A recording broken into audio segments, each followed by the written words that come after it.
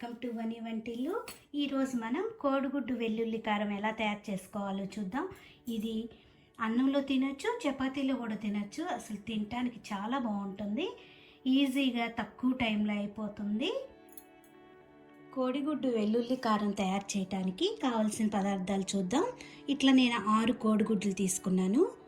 చూడండి, ఇవి నాటు కోడిగుడ్లు, కేజీలో పెరిగే కోడిగుడ్లు కాదు, అందుకే కలర్ ఇలా ఉన్నాయి. నేను ఇట్లా 6 గుడ్లు తీసుకున్నాను. దీనిలో కావాల్సినవి ఓ 10-15 వెల్లుల్లిపాయల్ని, రెబ్బల్ని తోలు తీసుకుని తొక్క తీసి ఇలా పక్కన పెట్టుకోండి. జీలకర్ర 1 టేబుల్ స్పూన్ జీలకర్ర. దీనిలో కొంచెం ఉల్లిపాయ అనేది ఎక్కువ పడుతుంది. నేను ఈ పెద్ద ఉల్లిపాయలు కాబట్టి సైజు 2 ఉల్లిపాయలు తీసుకున్నాను. మీరు ఉల్లిపాయ చిన్నగా ఉంటే 4 ఉల్లిపాయలు తీసుకోండి. దీనికి కావాల్సినవి కారం, ఉప్పు, పసుపు. మిగతావన్నీ కూర వండుకునేటప్పుడు చూద్దాం.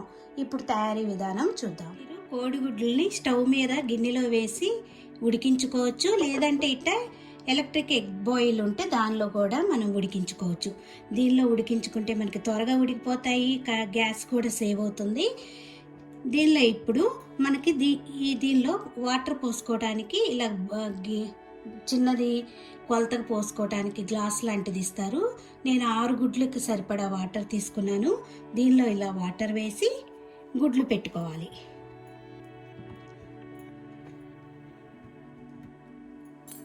ఇలా మొత్తం గుడ్లు పెట్టుకున్నాక దీనిపైన మూత ఇలా ఫిక్స్ చేసుకుని ఇప్పుడు స్విచ్ ఆన్ చేసుకోవాలి. ఇలా ఆన్ అయినప్పుడు ఇలా బ్లూ కలర్లో ఆన్ అవుతుంది. మనకి ఎగ్స్ ఉడకంగానే మనకి కుక్కర్ విజిల్ వచ్చినట్టు చిన్న సౌండ్ వస్తుంది, ఆఫ్లోకి మారిపోతుంది. అప్పుడు ఎగ్స్ తీసుకుని మనం వంచుకోవచ్చు. ఉల్లిపాయని ఇప్పుడు సన్నని ముక్కలుగా కోసుకోవాలి.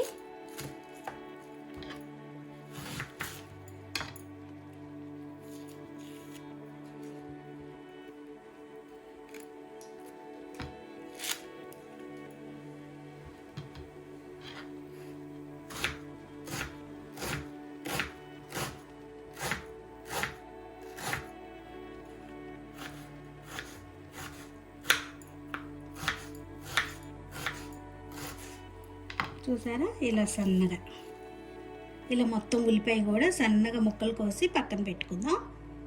ఉల్లిపాయని ఇలా కట్ చేసుకున్నాం కదా, ఇప్పుడు దీన్ని పక్కన పెట్టుకుని మీరు చిన్న మిక్సీ జార్లో అయినా వేసుకోవచ్చు, రోలు ఉంటే ఇలా రోట్లో కూడా దంచుకోవచ్చు.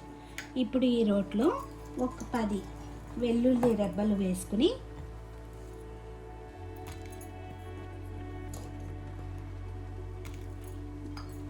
దంచుకోవాలి.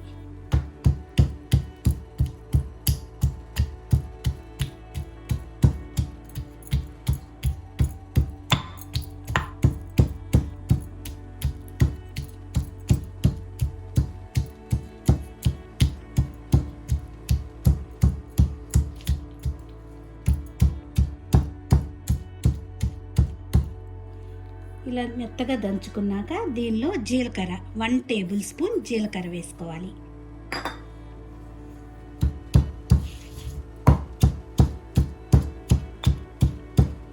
జీలకర్ర కూడా కొద్దిగా నలిగాక ఇప్పుడు దీనిలో మీ రుచికి తగినంత ఉప్పును వేసుకుందాం.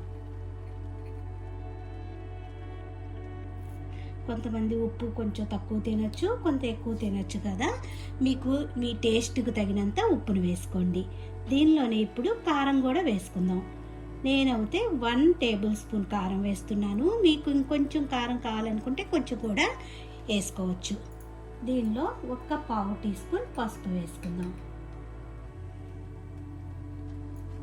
ఇప్పుడు మొత్తం కూడా మెత్తగా దంచుకోవాలి.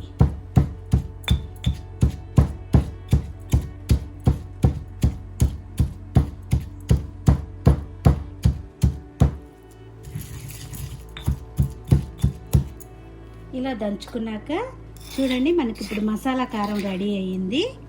దీన్ని ఒక గిన్నెలో తీసుకుని పక్కన పెట్టుకుందాం.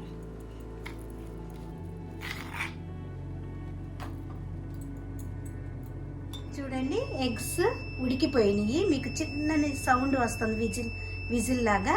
అలా వస్తే ఎగ్స్ ఉడికినట్టు.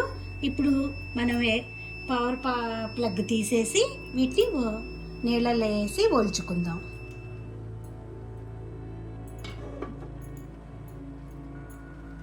చూడండి, గుడ్లు వేడిగా ఉన్నాయి కాబట్టి ఇట్లా చల్లటి నీళ్ళలో వేసుకుంటే మనకి ఒలుచుకోవటానికి చెయ్యి కాలకుండా ఉంటుంది. ఇలా చల్లటి నీళ్ళలో వేసాక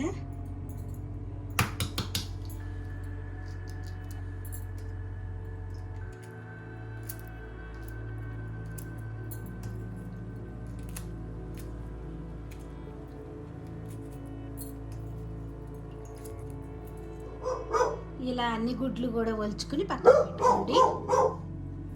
స్టవ్ ఆన్ చేసుకుని బాండీ పెట్టుకుని దానిలో 4 టేబుల్ స్పూన్లు ఆయిల్ వేసుకోండి. ఆయిల్ వేడయ్యాక కొద్దిగా జీలకర్ర,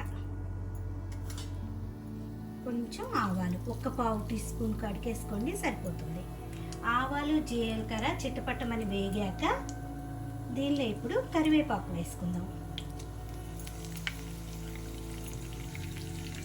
దీనిలో ఇప్పుడు సన్నగా తరిగిన ఉల్లిపాయ ముక్కలు వేసుకోవాలి.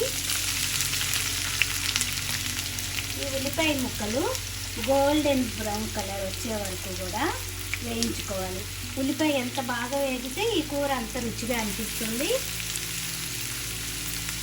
మీడియం ఫ్లేమ్లో పెట్టుకుని ఉల్లిపాయల్ని వేయించుకోండి.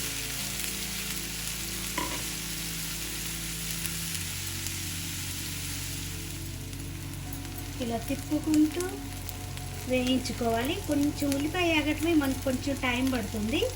మనకి ఇంక ఈ కూర చాలా తక్కువ టైంలో ఈజీగా టేస్టీగా అయిపోతుంది. తినడానికి చాలా బాగుంటుందండి.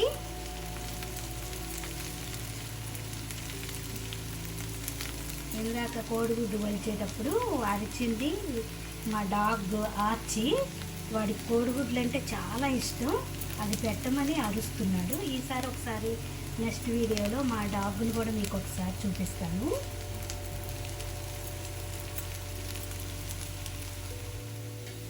చూడండి, ఉల్లిపాయ బాగా వేగిపోయింది కదా, గోల్డెన్ కలర్ వచ్చేసింది. ఇప్పుడు దీనిలో మనం దంచి పెట్టుకున్న మసాలా వేసుకోవాలి.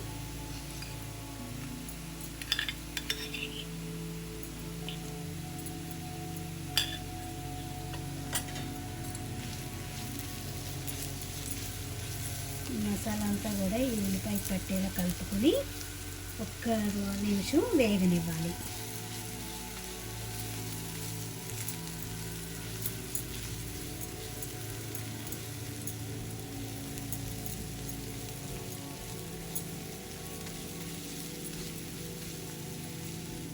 మసాలా కూడా వేగిపోయింది, మంచి సువాసన వస్తుంది.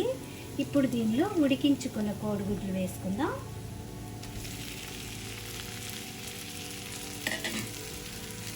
ఇప్పుడు ఈ మసాలా అంతా గుడ్డుకు పట్టేట్టుగా కొంచెం 1 నిమిషం వేయించుకుంటే ఈ గుడ్డుకి ఉప్పు కారాలు పీల్చుకుని మనకి తినేటప్పుడు చాలా రుచిగా అనిపిస్తుంది.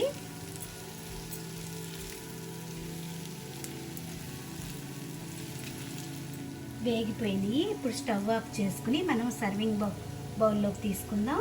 అసలు టేస్ట్ చాలా బాగుంటుందండి. మీరు కూడా తప్పకుండా ఒకసారి ట్రై చేసి చూడండి. ఈ వీడియో మీకు నచ్చితే లైక్ చేయండి, షేర్ చేయండి, కామెంట్ చేయండి. మరిన్ని వీడియోల కోసం మనీ వంటిని సబ్స్క్రైబ్ చేసుకోండి. Thank you for watching.